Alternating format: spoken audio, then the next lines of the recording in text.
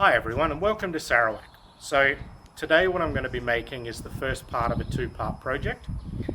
With the holidays coming up, that means open house, and open house means piles of shoes at the front of your door and your Nenek coming to visit and potentially tripping over those shoes and falling down. So the two parts of this project is the first one is going to be this bench and the second part is going to be a large shoe rack. So this bench will allow them to sit down, take their shoes on and off, and the shoe rack will allow them to not have to walk over piles of shoes. Both of these projects will be able to be built with a single 10-foot board of 1x8 pine, and I got my pine from Craftsman's Pallets down in Kuching. You will need a straight edge, a saw, a mallet and chisel, a rasp or file, and some glue. Hey guys, so a couple of days ago I went down to Craftsman's Pallets and I picked up some pine. Now this is a 1x8 by 10 feet. So what I'm going to do with this is I'm going to make a bench. But first of all, I've got to reduce the stock from this to this. What we've got here is 3 feet of the 8-inch or 90 centimeters. We've got another one that is the same length but ripped down the middle into 2 planks. They will be the sides. We've got 2 more pieces that have been cross-cut into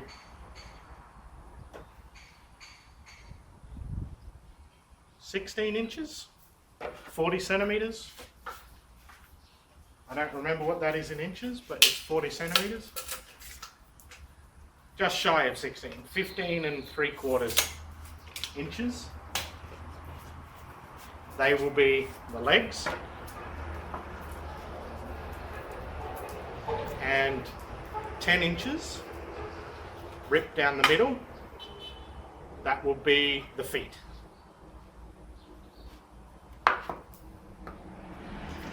So eventually we'll have to rip these again down the middle. Right now that's at the end, so I don't want to lose the pieces. And then you have a bit left over. Don't throw that away, we will still need that. I've chosen pine as a first project for this, mainly because pine is a very easy wood to work with. It is a softwood, it cuts well, and it's fairly cheap, so you don't feel bad about making mistakes. Now, when you're cutting pine, it is prone to following along the grain because, well, all woods are, so you do have to be careful with that. But it is a fairly easy wood to work with, and what we're going to be doing later is doing some rebate joints, and because of the length of the rebate joints and because I want to do some of this at least with a chisel to show you how to do it, I want it to be a nice soft easy wood to work with. So if you want to do it and you're in Kuching, I think they also have a few other places in Miri, and other than that, head down to Craftsman's Pallets and you can pick up a 10-foot board and you'll be able to make this project with one 10-foot board. You'll be able to make a bench to take your shoes off before you go into the house. Now is the time that you can look at the board and determine which face you want as your prime face, whether you want it to be this side up or this side up. So really all you're looking for is which is the most attractive side to you. Now if you like a little bit of knots and things like that, then choose the one with the knots. If you don't like it, choose the one with the least knots, but look for a nicer green pattern. Now, pine itself, unfortunately, is quite prone to having knots. I think they're called bird's eyes over here, but they're quite prominent in pine. Pretty much every piece of pine is going to have knots somewhere in it. So I like this side, so this is going to be my top. So I'm going to flip it over and I'm going to work on this side for now. So what we're going to do is we're going to put a rebate joint through here and through here, where we're going to mount the leg pieces. Okay. Alright, so we measure in about 3 inches. Again, it doesn't really matter as long as it's the same either side. If you want to do, say, 5 inches, you could do 5 inches. If you wanted to do it right at the very edge, if you want to do it 1 inch, you could do it 1 inch. I like 3 inches. That's good. So for 3 inches, you set your ruler for 3 inches, whatever that may be. And you can mark it. If you've done a straight cut, then that will be straight there. If not, then you know that the sides of the wood will be straight, so you can mark down the sides. Can you move please, little man? Thank you. Remembering to maintain the side whichever way you go. So whichever is your reference edge, try to maintain your reference edge as much as possible. So that's going to be the outside line. So inside is where our board is going to fit. So this line marks to the outside. So from here, you want to transfer your lines from one side to the other. You don't want to measure in 3 inches because they're not necessarily the same length. So one trick you can do is on one side, you draw a line. So if you actually want to line it up again properly, all you have to do is line up that line. Okay, so from there on, you transfer that line there.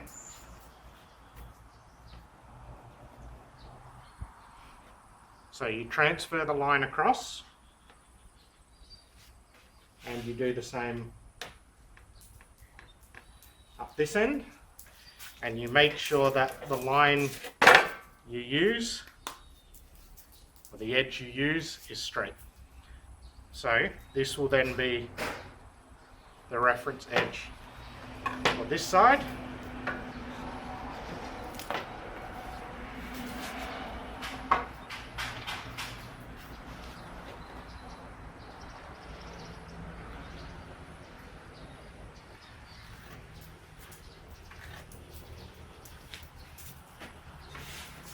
And for this side.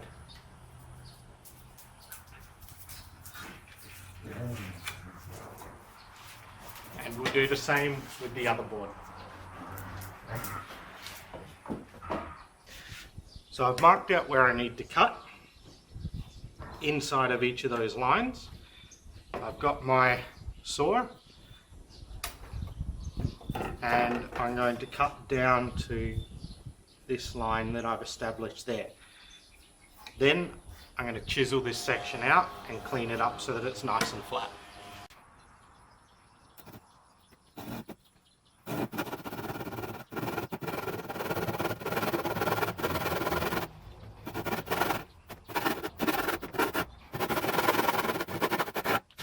So you do, you do the same on the other side. Get the side with a nice gentle drag. Do the teeth right in nicely.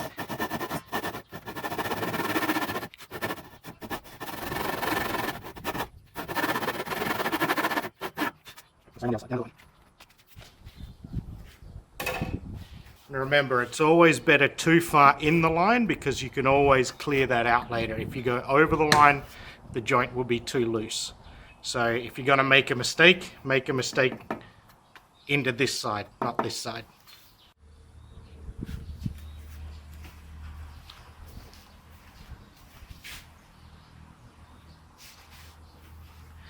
Now there are two chisels, two standard sizes that you could use for this.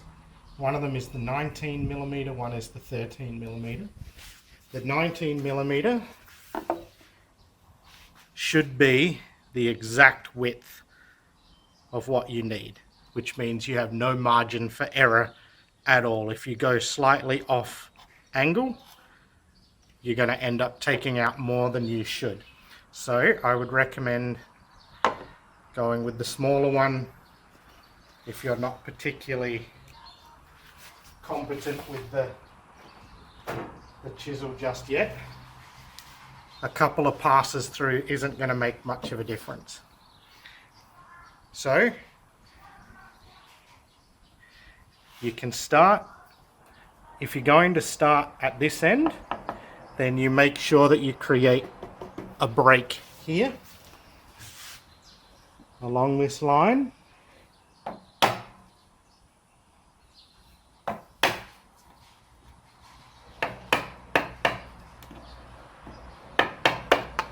Just in case, so that if you do happen to go too far, it doesn't blow out this side of the board. Now this bench isn't the best for chisels because it's quite light, but you should be able to take out about half each time.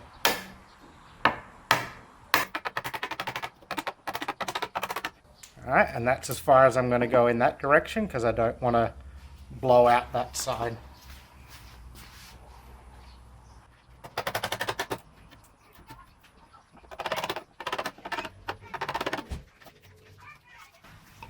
Alright, once you're down to almost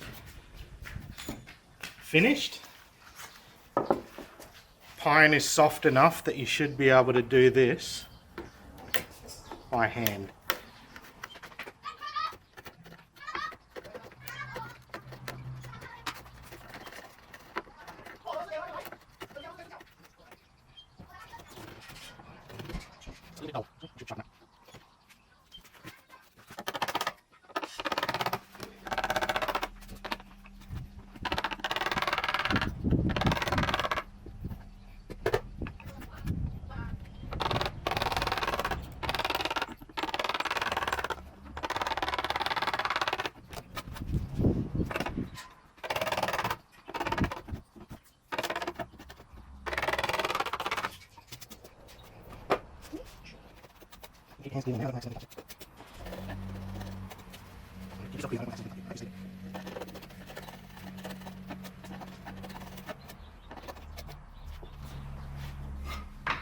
Alright, and if we're lucky, that should give us a nice tight joint. So if I bang that in, that would go in nicely.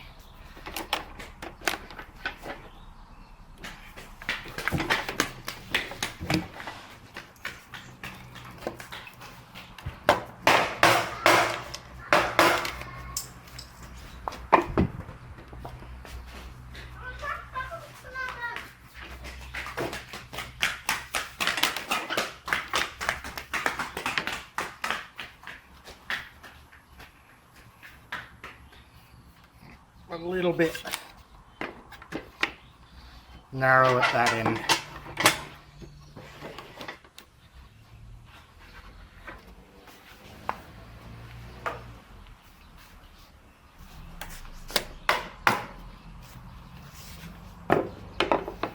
So I have to clear out a little bit here to get a nicer fit.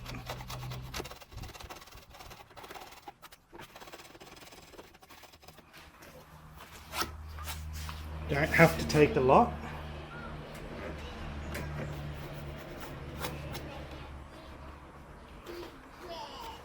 Just enough.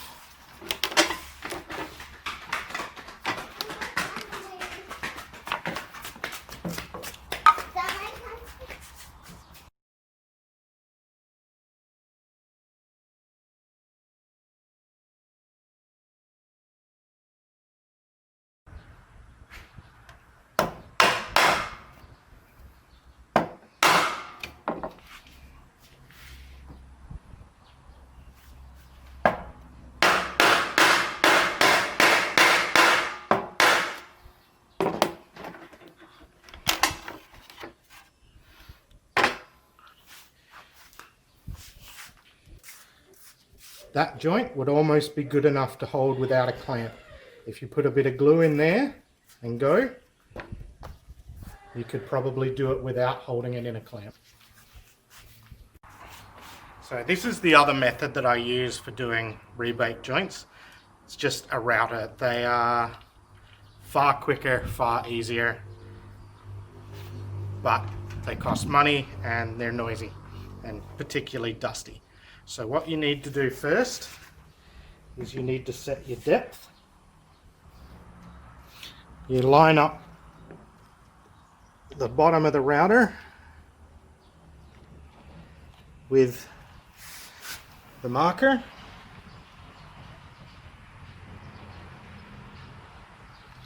Which is there.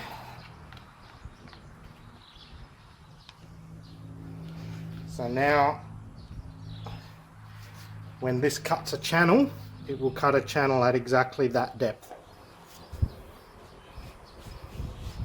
So all you have to do is follow inside those lines with the router.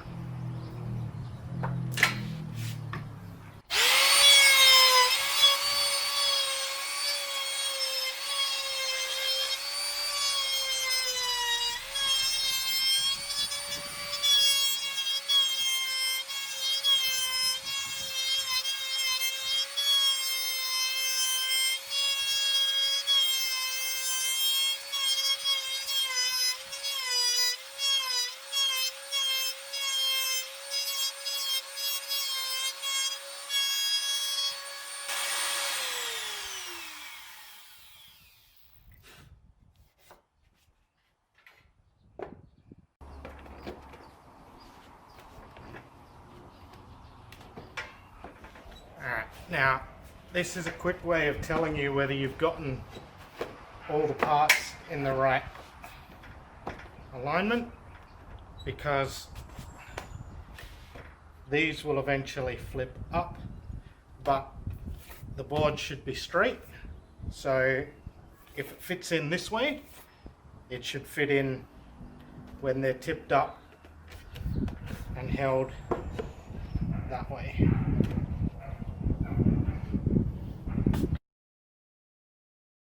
At this point you get to choose which way you're going to fit your sides of the bench. If you fit it in this way, you'll have a seam on top which will be visible, but you'll get a slightly wider bench. If you fit it so that the seam is on the side, then it will look more neat, but you'll have a slightly thinner bench, and you will also have to thin the legs a little bit in order for them to fit, by about 1/2 inch in total. So knowing that this is going that way, this side and this side, this side and this side are the ones that will receive glue here, and this side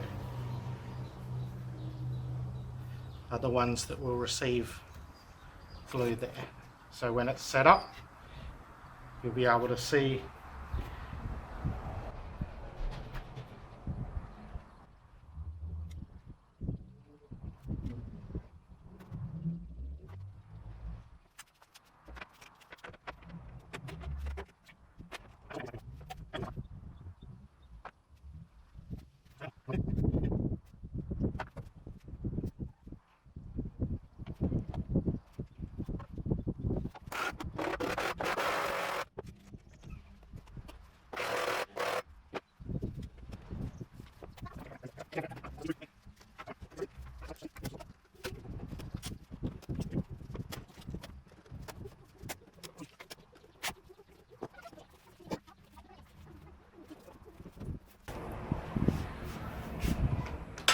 So here we are back again.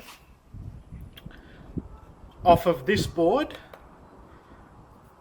I trimmed 4 centimeter sections that way, and cut them to the size of these pieces of the feet. So you'll need 4 of them, and what's going to happen is each one of them will be placed with matching grain through there. You will line up the center of this board, the center of these boards, make a mark in the center. Doesn't matter how big the board is, that way whatever size you cut it to, that will be the center. So you line up the center with the center, and this board is just going to be used as a spacer to allow you to fit these in properly and then glue them into place.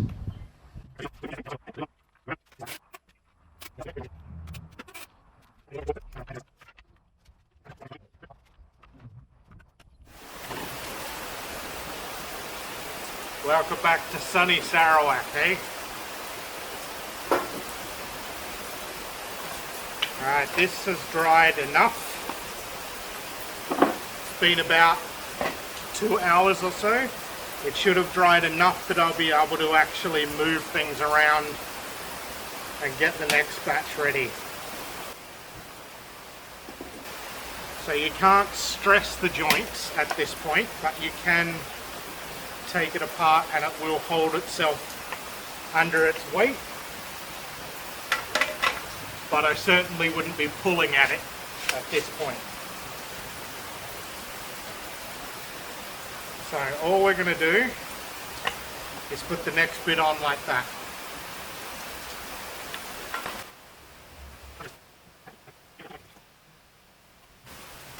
And again, just remember, we need that inside clean so that we can fit the board back in later. Alright, so we need to be able to have that hammered back through afterwards. That needs to be clear. Alright?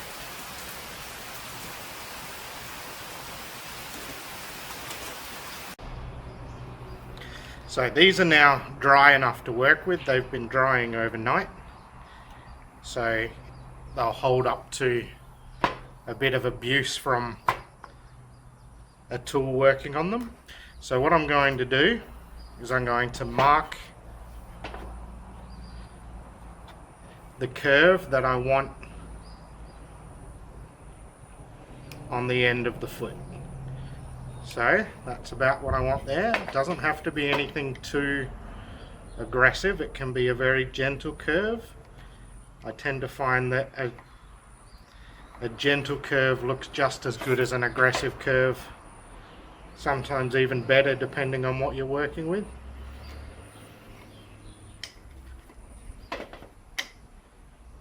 And a gentle curve is often easier to get right than an aggressive curve, because if you take too much off, then you're going to end up losing bits. So using a 50-cent coin, I just marked a nice curve around there.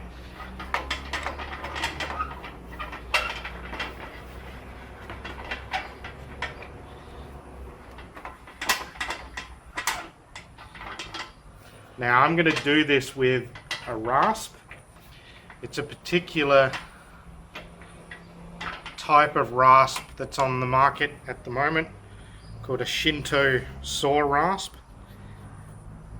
They're not cheap, but they do a better job than a standard rasp does.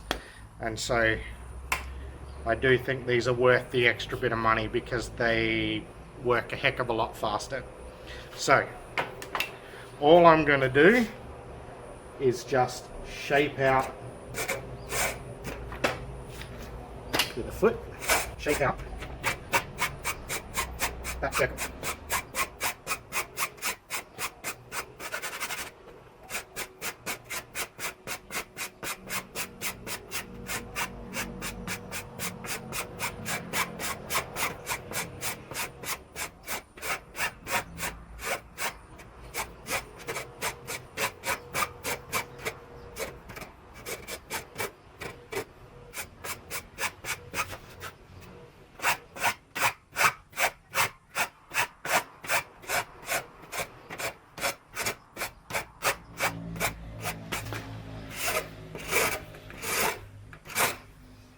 You don't need to get it perfectly smooth. This is just a tool for removing a large amount of material quickly. Anything other than that will be done with sandpaper later on.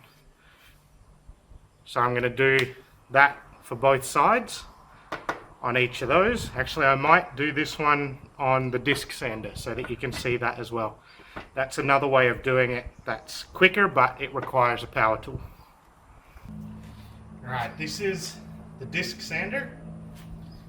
They are a large spinning piece of sandpaper, and that's about all they are.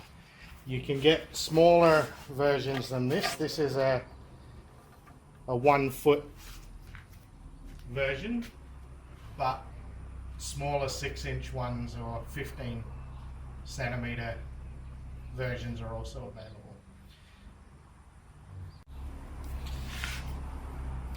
Now the thing about power tools is anything you can do on a power tool you can do with a hand tool.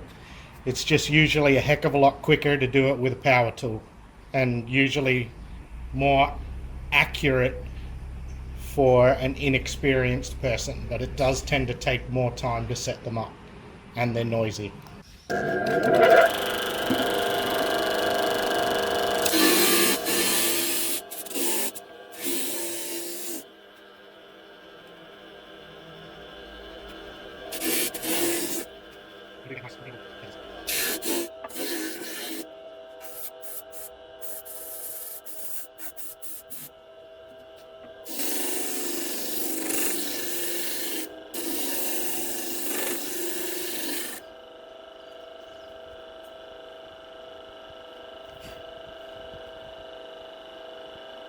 I'm pretty happy with those. The rest we can do by hand. So I'm happy enough with these feet now that I'm willing to glue them into place. So what you need to do for these, get rid of any of the sawdust that's still inside them.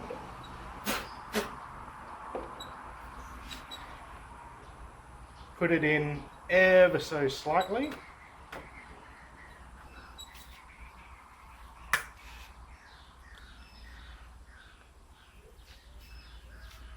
And trickle a bit of glue down the sides.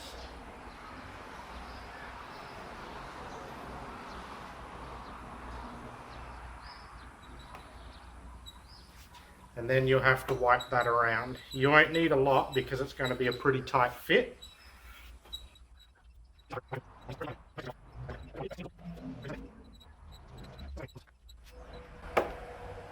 Because we're going to knock it down.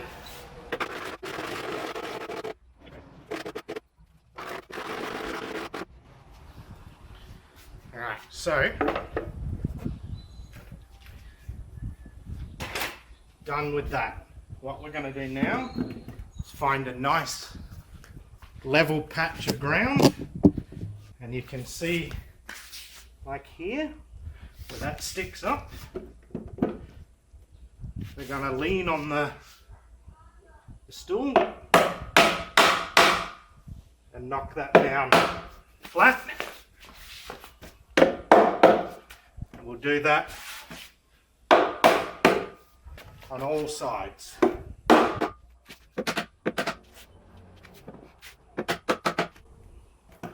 Till it feels nice and stable.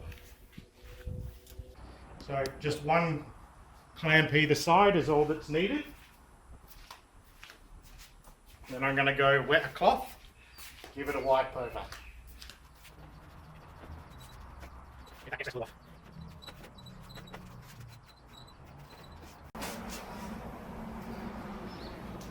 Okay, so chair's assembled, and all we've got to do now is sand it back.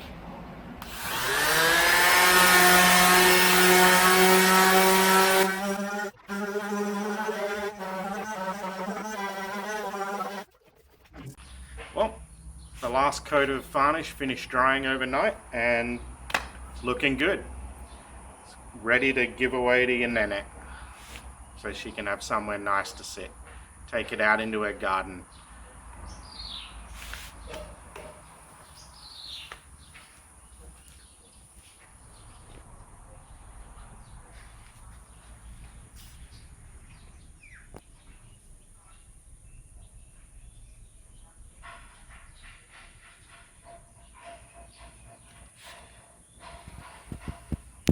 Like it if you like the video, subscribe if you want to see more. But most importantly, have fun making things, guys.